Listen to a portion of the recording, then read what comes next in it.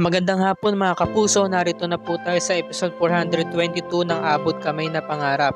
Napasalita tong si Dax, sabi niya Ma'am Lynette, kilala mo ako? Sabi ni Josa, paano mo naman kilala si Lynette? Dati po kasi ako nagtrabaho kay Sir Pepe. Nakita ko po yung litrato niya kaya nasabi po niya sa akin si Ma'am Lynette. Nagkwento po siya tungkol dito. Kilala ko pa nga yung anak niyo si Dr. Annalyn Santos. Paano po, alis na po ako.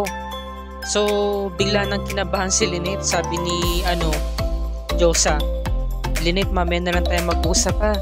Naiihina ako, hindi ko na mapigil to. Pasok na ako sa loob. Yun pala, may kipagtagpo pala si Dax kay Nerissa. Dahil kinukulit niya si Moira sa mga perang hindi pa nito nabibigay.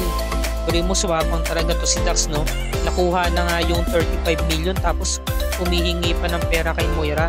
Sabi ni Nerissa, huwag mo nang kukulitin pa si Moira, magpakalayo-layo ka na. O ito yung pera, walang bahit yan ng kulang ha, sabi niya. Pwede ba makuha yung number ni Zoe?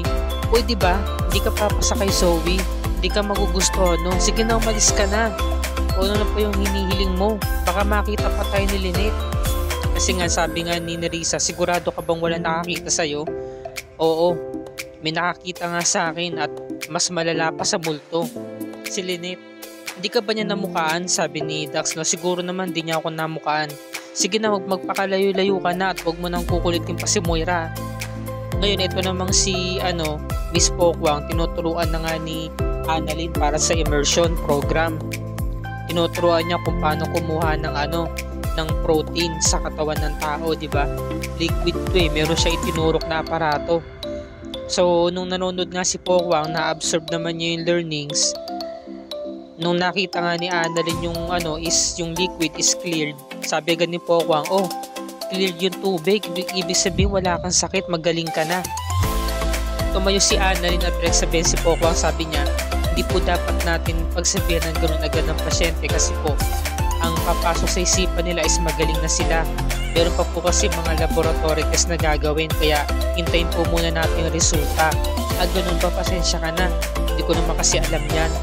Ngayon pinigilan na nga ni Lynette itong si Josa. Sabi niya, parang namumukhang ko talaga yung lalaki, nakabangga ko kanina sa labas Lynette, pupunta muna ako ng CR ha, hindi ko na talaga mapigilan Mupo ka muna dito, kumalma ka muna. Ngayon, nung habang nakaupo si Lynette, natatakot na siya, bumabalik yung trauma niya, kumbaga parang ang ingay-ingay ng nasa paligid niya na naghahalo-halo yung mga usapan ng tao sa restaurant, tawanan, kwentuhan, pati yung mga kalampagan ng mga kagamitan. Nung tinakpan niyo yung tenga niya, dahil nga takot na takot na siya, napaluha na lamang siya. Ngayon mayroong tumapik sa kanya, may humawak. Nagulat siya nung makita niya si RJ. Sabi niya, RJ, niyakap niya agad, tumayo siya. Samantalang si Giselle, sinurpresa ang anak niya sa bagong opisina nito. Dinalhan niya ng bulaklak. Justin, flowers for you. Gusto ko lang naman na maging maganda tong kwarto mo. Ikaw ang bahala magdisenyo, mag-renovate ng iyong opisina. Total opisina mo naman to. You can do whatever you want, sabi niya. Sabi naman ni Justin, alam mo kung ano yung nagpapaganda ng araw ko, kung ano ang ayos.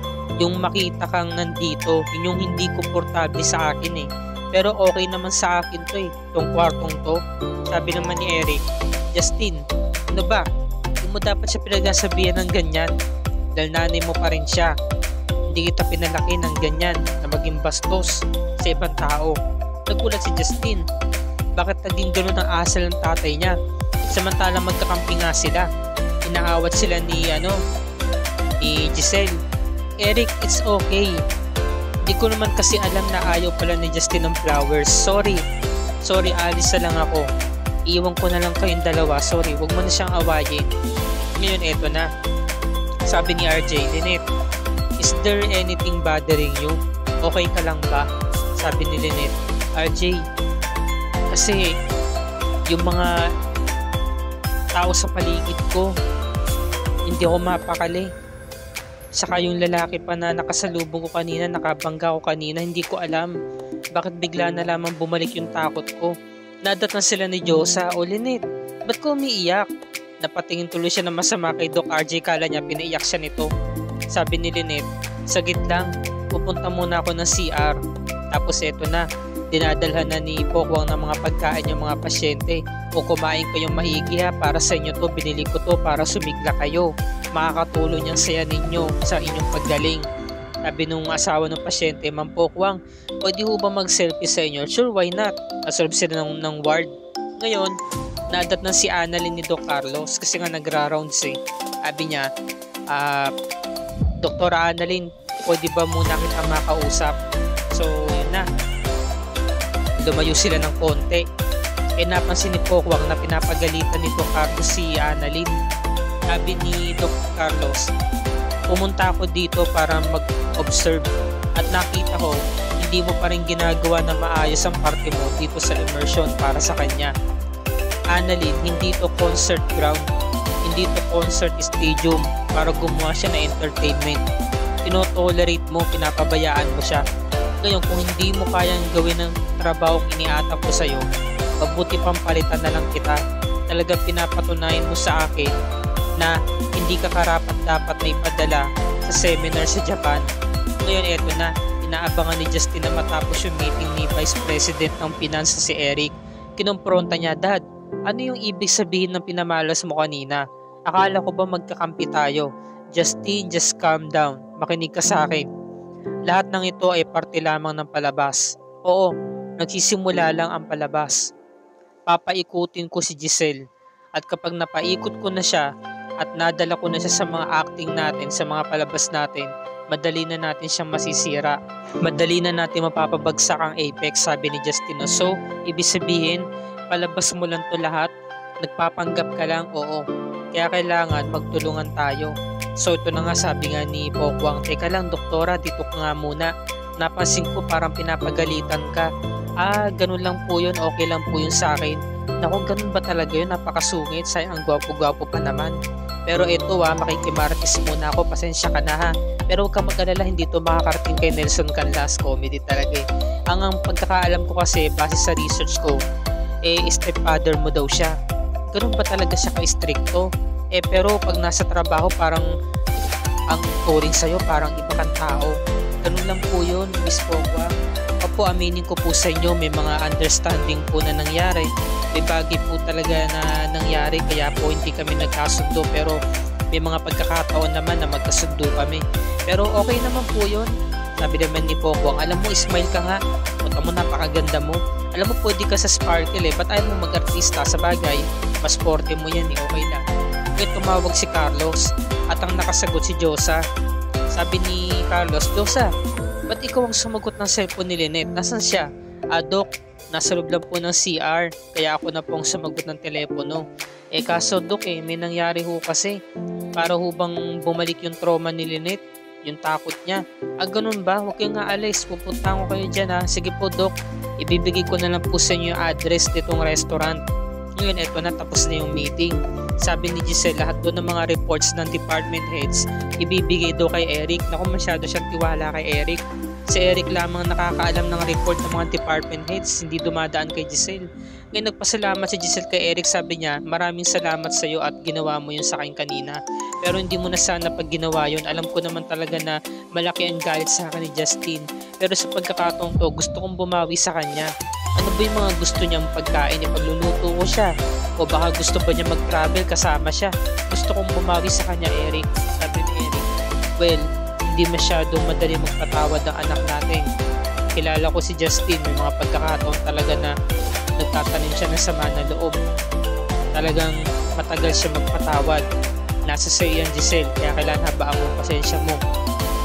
Ang anak ko pa rin ang makakapag-decide niyan kailan kanya mapapatawad. Ngayon, eto na. Sabi naman ni Lynette, hindi ko talaga may paliwanag Kasi nung nagsimula yung kanina, nung nakabangga ko yung lalaki sa labas kanina, doon na nagsimula yung takot ko. Tapos ngayon lang ako nahimasmasan, sabi ni Josa, maaari kasing kilala mo yung tao. O di kaya naman, baka isa yun sa mga taong nang himasok sa bahay ninyo ni Carlos. Tama si Josa, may punto siya. Sabi naman ni Lynette, hindi ko talaga alam Siya nga pala, Lynette. Tumawag nga pala si Doc Carlos, ako ang sumagot. Sabi niya, huwag na raw tayong umalis dito, hintayin na natin siya. Ngayon sabi naman ni RJ, Lynette, alam ko na natatamasa mo tong mga problema to, pero huwag ka mag-alala. Nandito kami, marami kami nagmamahal at nag-aalala sa'yo. Sabi naman ni Lynette, tara na umalis na tayo, Diyosa. Kasi nga, madadat na sila ni Carlos. Gulo na naman to. Nasa biyahe na si Carlos, seryoso. Ngayon ito na, tumatakbo na sila, nagmamadali na. Sabi ni Diyosa, teka lang Lynette, sagit lang. Ngayon, inablot ni RJ yung bag ni Lynette. Bigla nagtaray si Lynette, naging siya nag-trigger siya, di ba? Bigla siya naging sensitive. Sabi niya, RJ, bumalik ka na sa loob, ano ba? Wala nang dahilan para sundan mo pa kami. Ano ba gusto mong mangyari? Sabi ni RJ, gusto ko lang naman malaman na okay ka. Okay lang ako, RJ, huwag kang mag-alala. Ano ba? Bumalik ka na sa loob. Sabi ni Diyosa, tika lang Lynette, kinakausap ka lang naman niya na maayos. Saka wala naman siyang ginawa masama sa atin. Sabi ni RJ, it's okay Diyosa. Pasensya na, babalik na ako sa loob. Alam mo Lynette, hindi ko na gusto yung ginawa mo eh. Wala naman siyang ginagawang masama sa'yo. Nagtanong lang siya dahil concern siya sa'yo. Alam mo, talagang sobra yung ginawa mo Wala sa lugar yung pagtataray mo. Diyos mio ka, sabi ni Diyosa.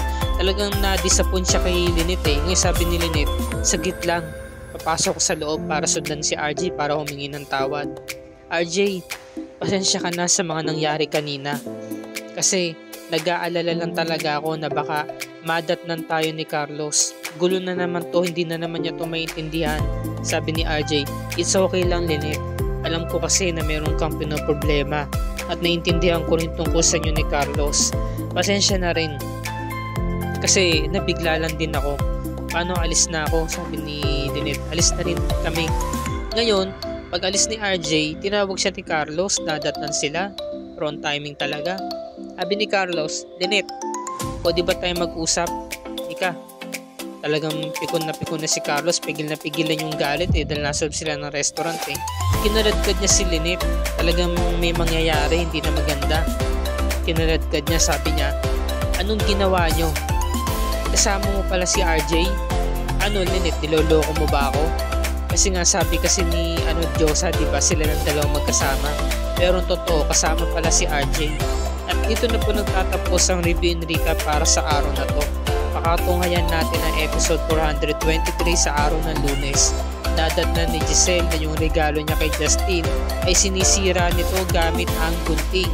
Nagpapakapaldita. Kahit ano na yatang gawin niyang hakbang, hindi na yata siya mapapatawad ng kanyang anak.